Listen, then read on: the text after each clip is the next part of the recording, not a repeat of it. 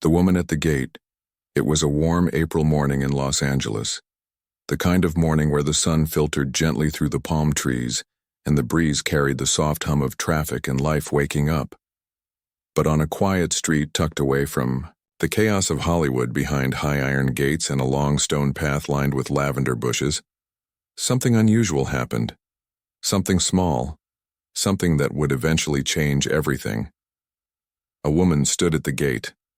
She was in her late 60s, dressed in a faded sari, the kind worn for comfort rather than fashion.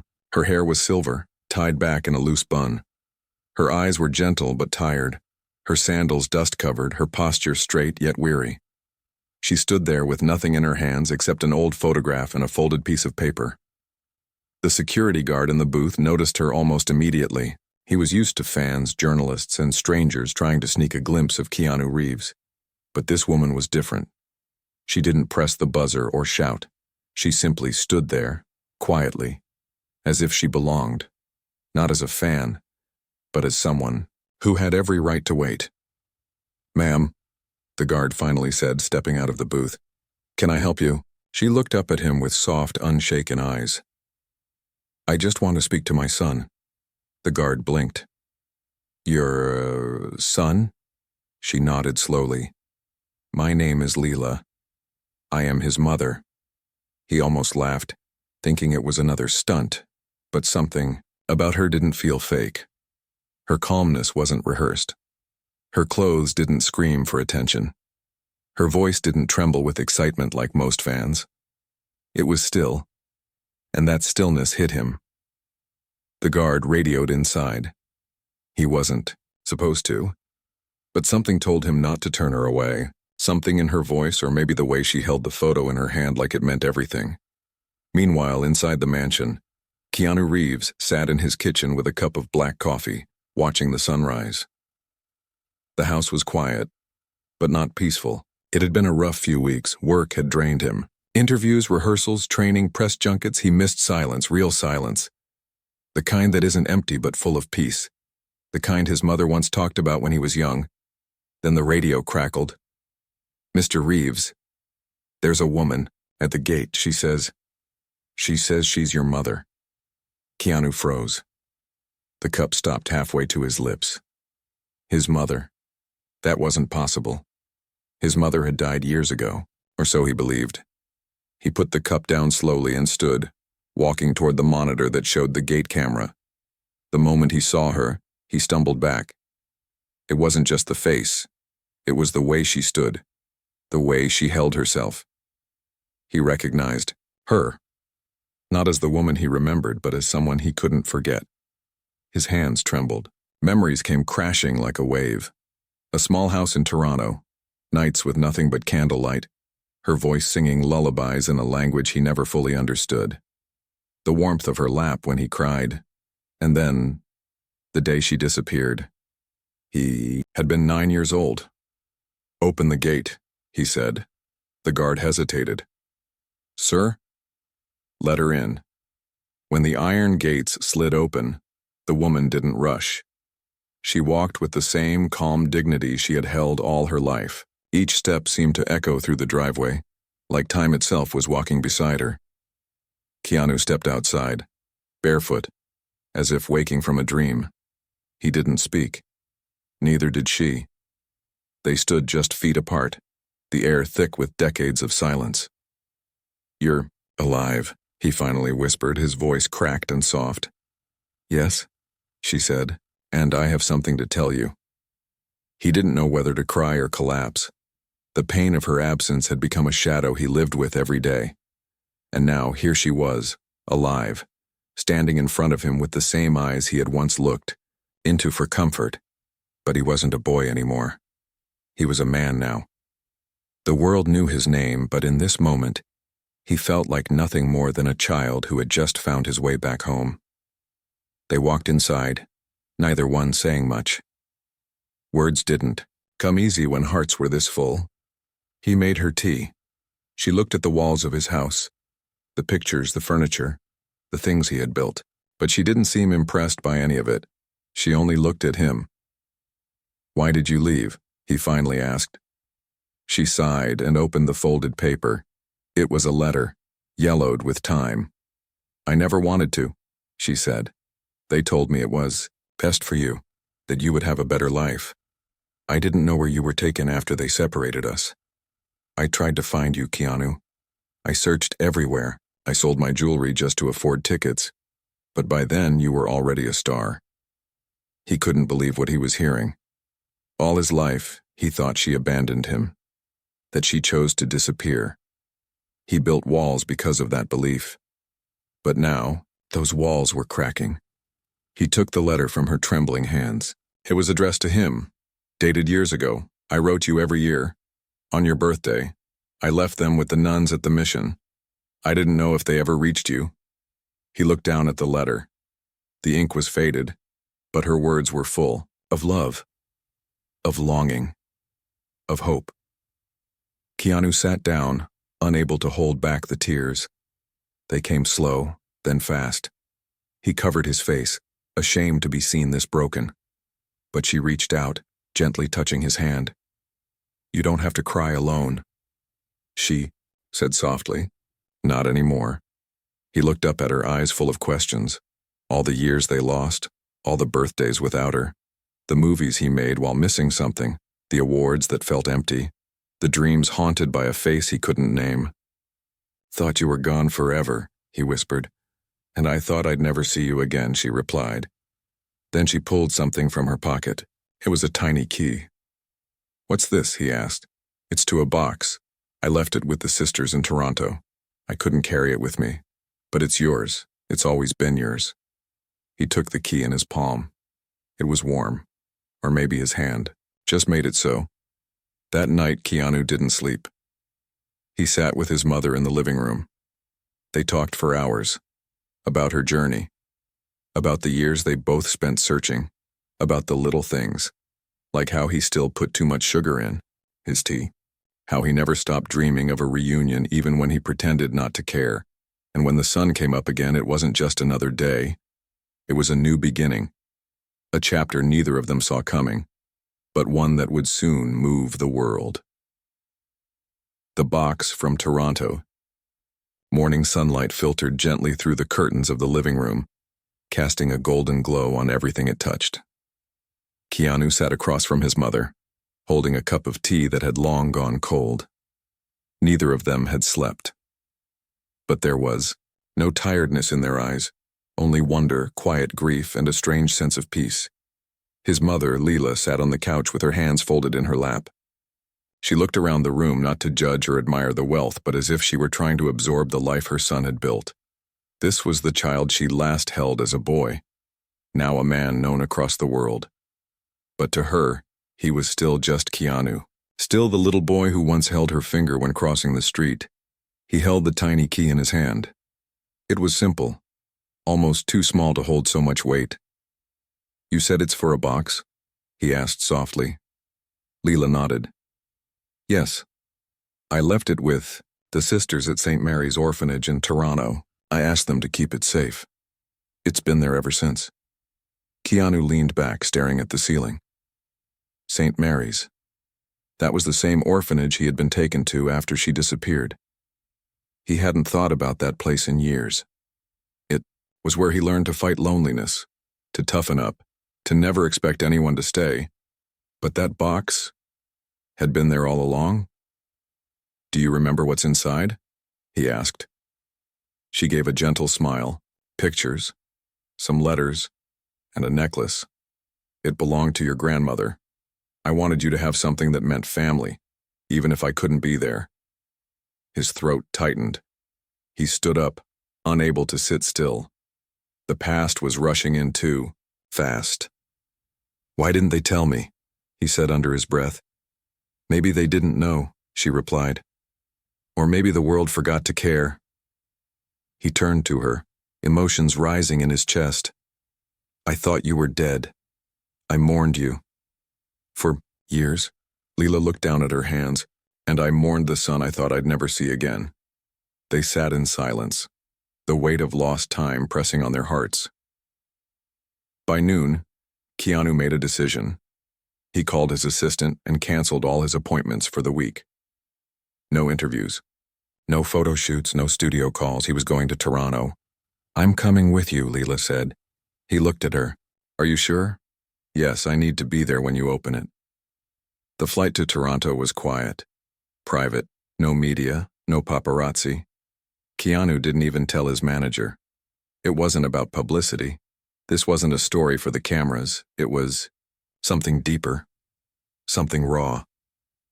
As the jet soared through the clouds, Keanu sat beside his mother, watching her sleep. Even now, he couldn't believe she was real. Not a dream. Not a ghost.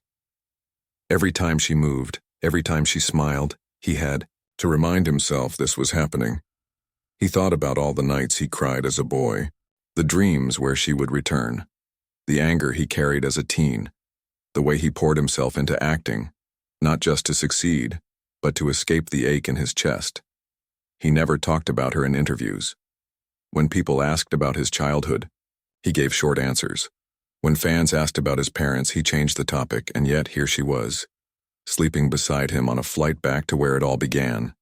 When they arrived in Toronto, the city welcomed them with gray skies and a soft drizzle.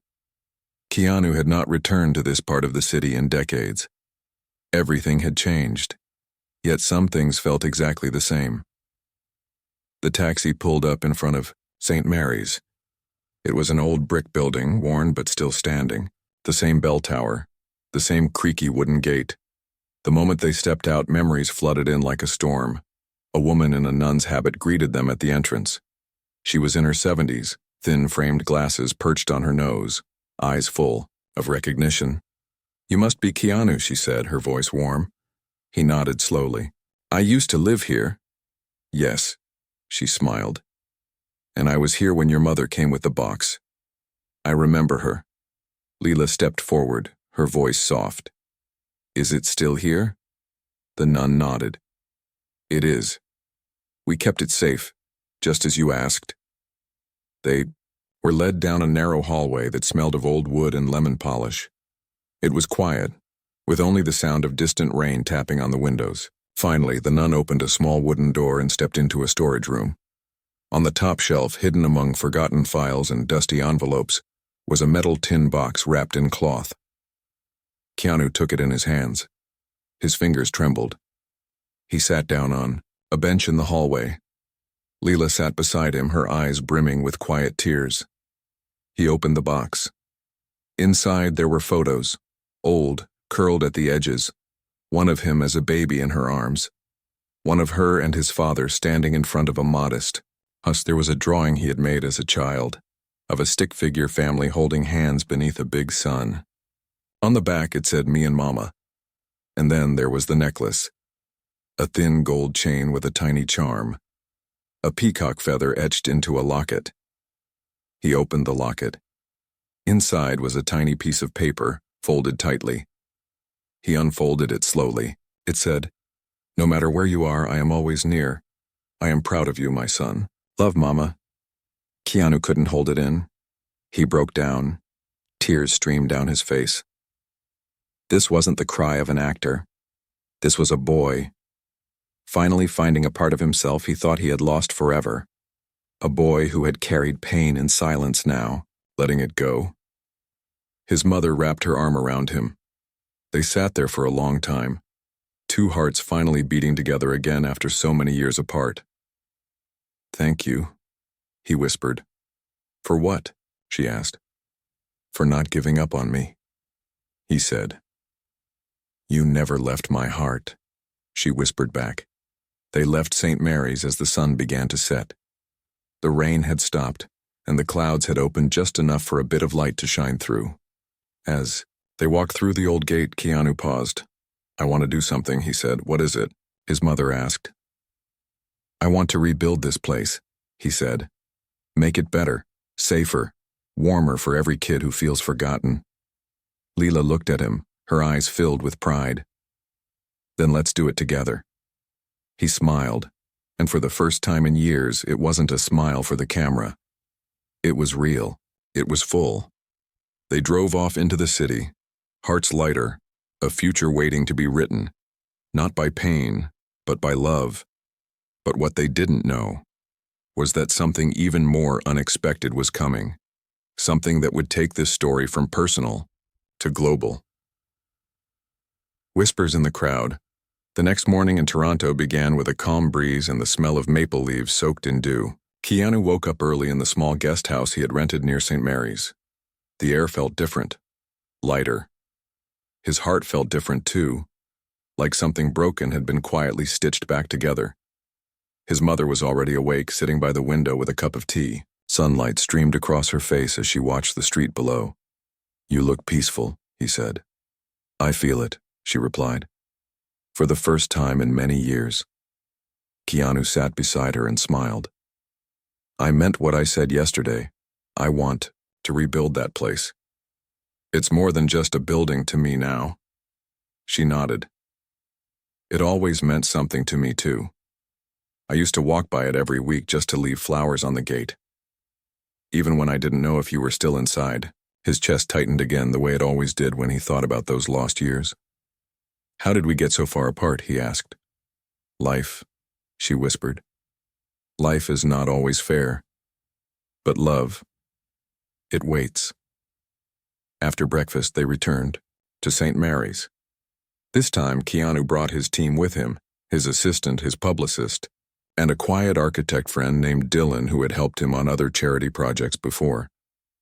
"I want to renovate the entire orphanage," he told Sister Margaret, the head nun. "Modern classrooms, better beds, a library, even a music room." The nun was overwhelmed. "Mr. Reeves, are you serious?" "I am," he said. "I was a child here, and my mother left part of herself here too. This place kept us connected." Word spread quickly. By noon, a small crowd had gathered outside the orphanage. Neighbors, reporters, fans, former residents.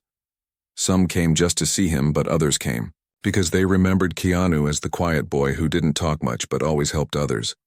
The boy who fixed broken toys and shared his bread without being asked. A young woman stepped forward. "You probably don't remember me, but we were in the same dorm room. You used to cover me with your blanket when I cried at night." Keanu looked at her closely, then his eyes widened. "Mira?" She nodded. "You gave me hope when I had none. I never forgot that." He smiled, a deep, warm smile. "You became a doctor, right?" Her eyes lit up. "How did you know?" "I saw an article about you once. You were helping kids in rural Canada. I didn't know it was you, but I hoped." More and more people came forward with memories, some happy, some sad, but all powerful. A boy with glasses said, "You helped me build my first wooden car." An elderly woman whispered, "You visited my brother in the hospital when you were only 11. He never forgot." Keanu stood in the middle of it all, humbled.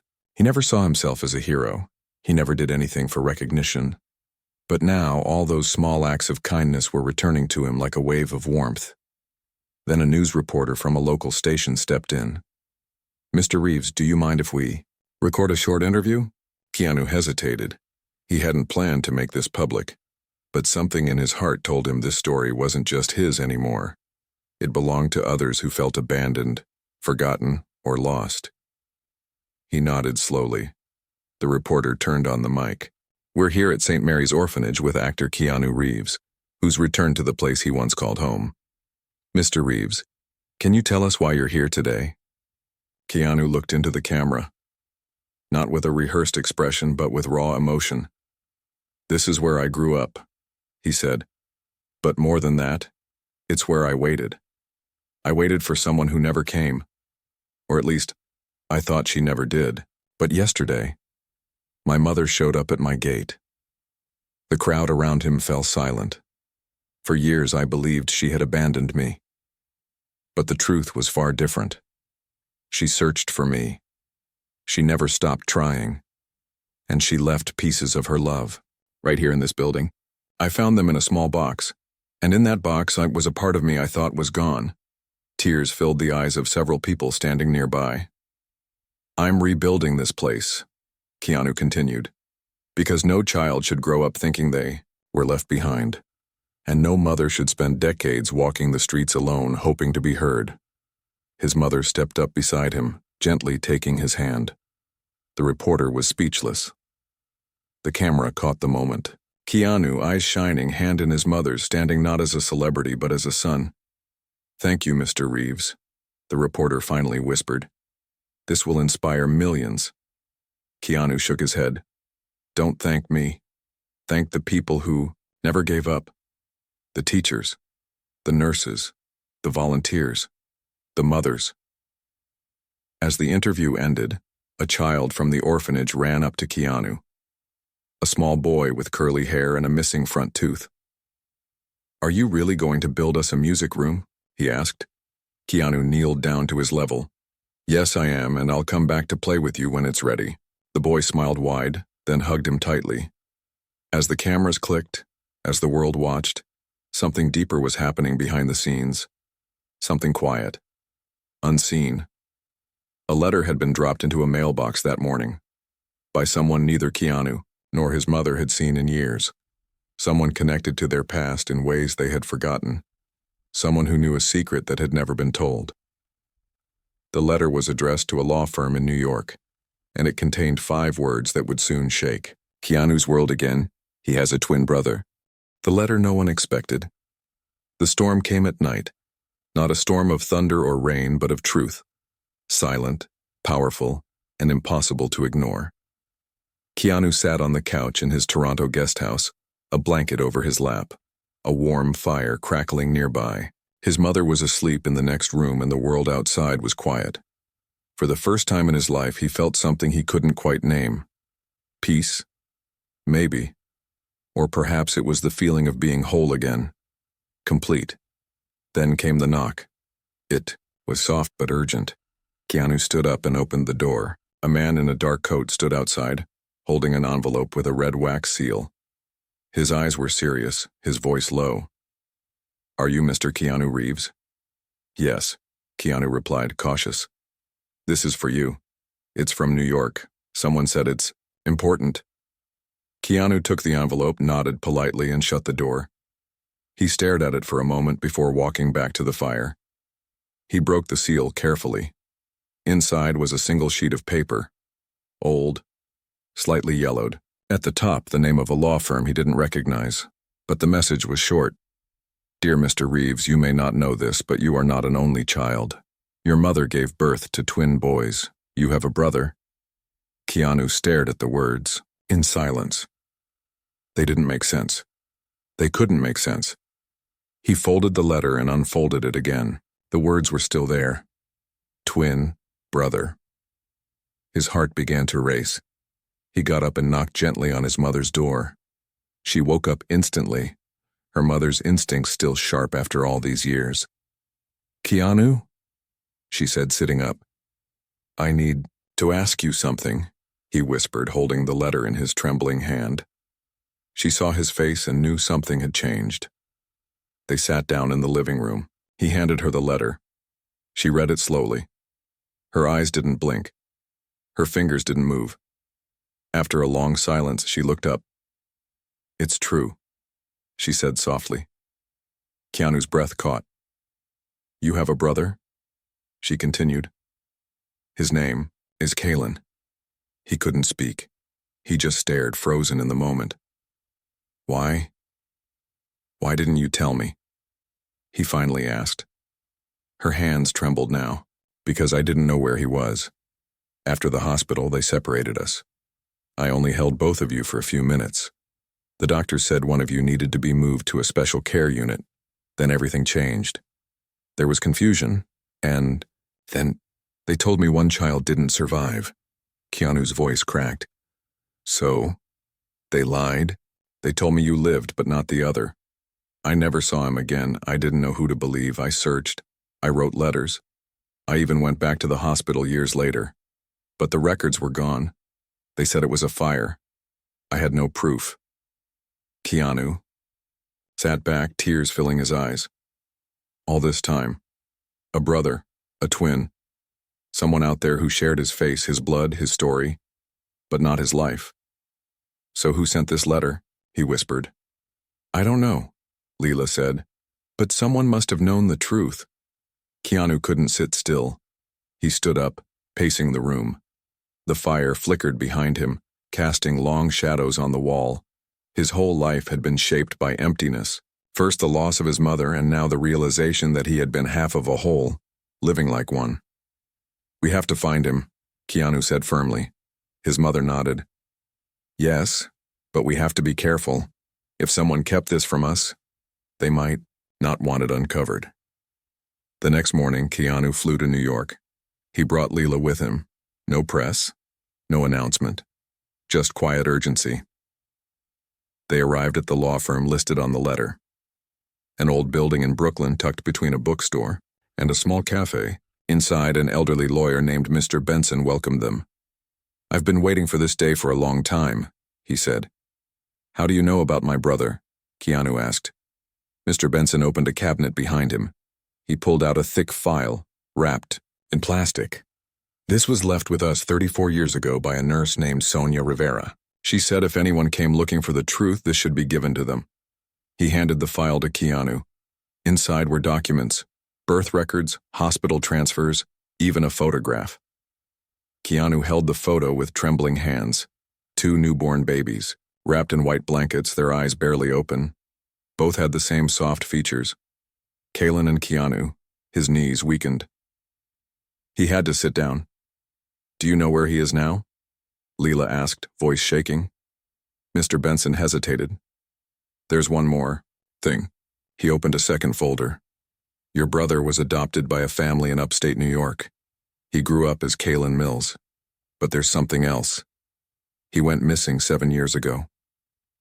Keanu's heart stopped. "Missing?" he whispered. "Yes," the lawyer said. "He was working with a humanitarian group overseas, in a remote part of Nepal.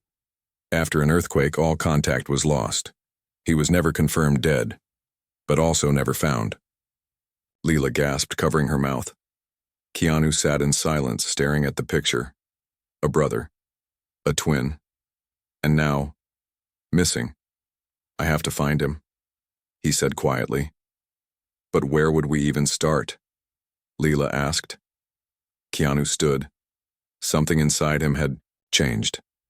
The boy who once felt abandoned was now a man who refused to abandon anyone else.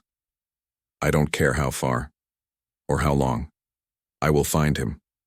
If he's alive, I will bring him home." Mr. Benson handed Keanu one last thing. A letter. "This was written by your brother," he said. "He left it here before he left for Nepal, in case someone came looking." Keanu opened it slowly. "Dear brother, I don't know you, but I feel you. I have always felt like something was missing. I hope one day we find each other. Until then, I'll keep doing what feels right. Helping others. Maybe that's the part of you inside me." Keanu's hand shook. His eyes filled again. The connection was real, and the journey had just begun. He looked at his mother. "Pack your bags," he whispered. "We're going to Nepal." The search through silence, the snow-capped mountains of Nepal stretched across, the horizon like a sleeping dragon.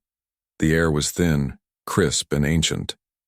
Even the wind moved with a kind of wisdom, brushing over temples, hills, and valleys, as if whispering forgotten secrets.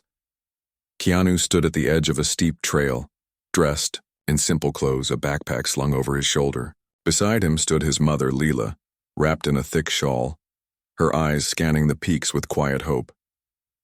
They had arrived in Kathmandu just 4 days ago. But in those 4 days, everything changed. No cameras, no attention. Keanu didn't want headlines.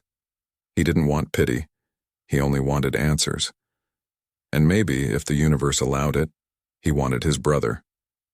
They were joined by a local guide named Samir. He was soft-spoken, kind-eyed, and had lived through the earthquake that changed the fate of the entire region 7 years ago.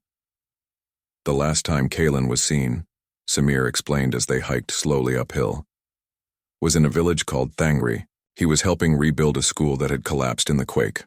The village was cut off for weeks. By the time help arrived, most of the people had moved or vanished. Keanu listened closely. Every word was precious, and no bodies were ever Found? Leela asked gently. Samir shook his head. Some, but not all. Many just disappeared into the mountains. They hiked for hours, crossing rope bridges, passing monasteries and moving through villages where children smiled with wide eyes and elders nodded in silence. Everywhere they went, people recognized Keanu, but no one said his name. It was like the people here respected something deeper than fame. Finally, they reached a broken stone path leading into a forested area. This way, Samir said. It was getting cold. The sun began to dip behind the mountains, casting long shadows across the trail. As they reached Thangri, a hush fell over the group. There wasn't much left of the village, a few scattered homes made of stone and wood, a temple with a cracked bell. Silence hung over everything like a thin mist. An old woman greeted them. Her name was Amarinzin. She had lived in Thangri all her life. When she saw Leela, her eyes widened. "You are his mother," she said in a low, respectful tone. Keanu's heart nearly stopped. "You knew him?" Leela asked. Amarinzin nodded. "He was a kind man, calm, full of peace. He gave his own blanket to a child one night. He stayed even when the food ran out." Keanu stepped forward. "Do you know where he is now?" She looked away. Her eyes grew sad. "One night there was a landslide. He had gone to the far cliffs to check on the school site. He never returned. We searched. We shouted his name, but only the wind answered." Keanu clenched his jaw, fighting back tears. "What was the child's name?" he asked suddenly. Amarinzin smiled faintly. "His name is Rinjay. He is still here." They found the boy, now a young teen, sitting on the steps of the rebuilt school. When he saw Keanu, he stared for a long time. Then he stood up, walked over, and touched Keanu's face gently. "You are him," Rinjay whispered. "But not him." Keanu knelt down. "You knew Kalin?" The boy nodded. "He carried me after the rocks fell. He put me on the tree stump and told me not to move. Then the ground shook again, and I never saw him again." Keanu's hands shook. "But," the boy said, reaching into his pocket, "he gave me this." He pulled out a piece of cloth, tattered and stained. Inside it was a locket. Keanu took it gently and opened it. Inside was a small folded paper. He opened it slowly, holding his breath. "To the other me, if you ever find this, know that I was never alone. You were with me, always, every step, every breath. I don't need to be found because you've always carried my heart." Keanu collapsed to his knees. His mother fell beside him, weeping, quietly. For a long time the mountain was silent again. Not with grief, but with a strange, sacred peace. The next morning, Keanu sat outside the rebuilt school, watching the sunrise. Samir came and sat beside him. "I know what you must be thinking." Keanu didn't speak. "You came here looking for a brother," Samir said. "But maybe he left something behind. Maybe he became part of this place." Keanu nodded. "I don't think he died in fear. I think he became one with this land, helping people, giving everything." They stayed another week in Thangri. Keanu helped paint walls. Leela cooked meals with the village women. They laughed, they cried, they listened. Before leaving, Keanu called his team in Los Angeles. "I want to build something here," he said. "Not in my name, in his." He worked with Samir and Amarinzin to plan the Kalin Foundation, a small center for education, health, and shelter so no child would go cold again. It wasn't about charity, it was about family.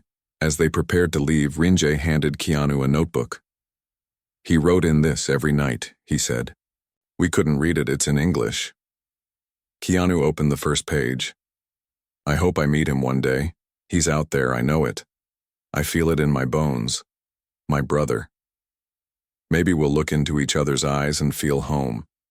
But even if we don't meet, I hope he smiles one day and doesn't know why.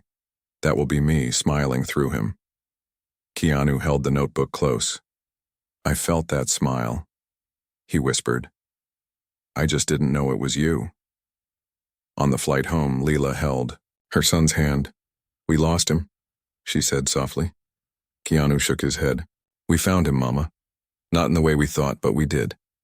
She looked out the window at the clouds. He would have been proud of you. Keanu looked down at the locket now around his neck. He is proud, he said. And he's with us. But even as the plane soared back toward Los Angeles, something else was unfolding across the world. The letter from Kaylan, the story of the twin brothers, the journey across Nepal. Someone had leaked it, and when Keanu's plane touched down, he didn't expect what waited for him at the airport. Thousands of people, fans, mothers, orphans, brothers separated by fate, people holding signs that read, "Thank you for finding him. You made us believe again. Love waits." And just behind the crowd, standing quietly in the back, was a man no one recognized. He wore a wool coat. He had soft eyes.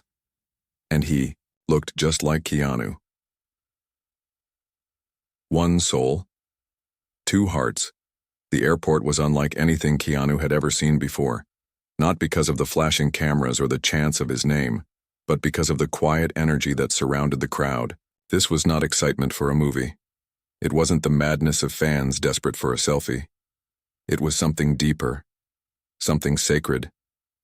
People were weeping, holding candles, holding photos of their own lost siblings, mothers clutching the hands of their children, old men with trembling lips whispering prayers. As Keanu stepped out of the terminal beside his mother, the crowd parted, not with screams, but with silence. And in that silence, he saw him, at the back, tall, still, with the same eyes, a face like his. Keanu stopped walking, his heart stilled. The world around him faded. Leela stood beside him, her grip on his hand tightening. "It can't be," she whispered. But it was. The man in the wool coat slowly stepped forward, his eyes full of tears, not a single word spoken. Keanu took a step forward, and then another, until they stood face to face, a mirror of each other, not just in appearance, but in energy, in presence, in a stillness that can only come from deep, shared pain. Kaylan's voice cracked. "I don't know what to say." Keanu smiled gently, his voice barely a whisper. "Then don't."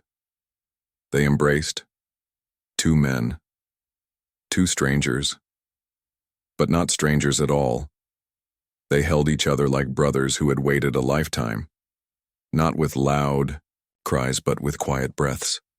With years of missing someone you never even met. The crowd erupted in quiet sobs. Even the cameras couldn't capture what words could not describe.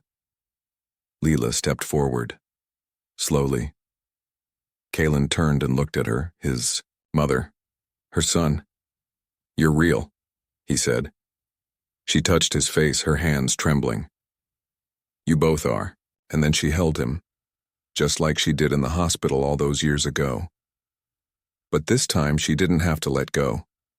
They returned home together. The news spread around the world. Not just the story of Keanu Reeves finding his lost twin brother, but of everything in between. The orphanage, the box, the village in Nepal, the letter, the reunion. Interviews were offered. Talk shows begged for appearances. Magazines asked for exclusives. Keanu turned them all down. This story wasn't for fame. It was for healing. For families who had been torn apart. For children who felt forgotten. For people who had given up on love ever finding them again. Months passed. Then one day, Keanu stood before a new building in Toronto. The sun shone brightly as the ribbon was cut. The KeanuReeves Foundation Center for Children was officially open. It had everything: beds, a music room, books, counselors, and art classes. It was a place where broken things would be mended, where love would be given without condition, where no child would ever wonder if they mattered. Keanu and Kaylan worked together on every detail. They planted trees together, designed the rooms, met every single child who came through the doors. And when someone asked them what the project meant to them, Keanu simply said, "This is what family looks like." But one night, months later, something unexpected happened. Keanu and Kaylin were sitting on the back porch of Keanu's home, looking at the stars. Leela had just gone to bed, humming the same lullaby from their childhood. Kaylin turned to him and asked, "Do you ever wonder why we were separated?" Keanu nodded. "Every day." "And why we were brought back together now?" Keanu thought for a long moment. Then he looked at the sky. "Maybe because the world needed to see what love looks like when it never gives up." Kaylin smiled. "Yeah, maybe." They sat in silence for a while. Then Kaylin reached into his coat pocket and pulled out something small. A photo. It was the same one that had been in the tin box. The one of the two babies. "You kept it?" Keanu said. "Always," Kaylin replied. "Even when I didn't know who he was, I just knew. He was me." They laughed softly, the kind of laugh that feels like a full breath after a long storm. The story inspired a movement. Thousands of children around the world were reconnected with lost families. Adoption agencies changed policies. Orphanages received letters from people offering love, food, and shelter. Strangers built bonds. Siblings found each other after years apart. Keanu and Kaylin never asked for credit. They only showed up time after time in the background, helping, guiding, holding hands. And Leela? She became the heart of it all. She would sit in the center every afternoon, telling children stories, singing songs, and reminding them of one thing: love waits, even if it takes a lifetime. One evening, while walking through a quiet garden, a young boy stopped Keanu. "Sir, are you the one who found your brother in the mountains?" Keanu smiled. "Yes." The boy held his hand and asked, "Will you help me find mine too?" Keanu bent down, looked into the boy's eyes, and whispered, "I already am." And so the story of a woman at a gate, a son who thought he was alone, a brother lost in the mountains, became a light for millions. Because in a world that sometimes forgets how to feel, this story reminded us all that love never forgets, and it always finds its way home.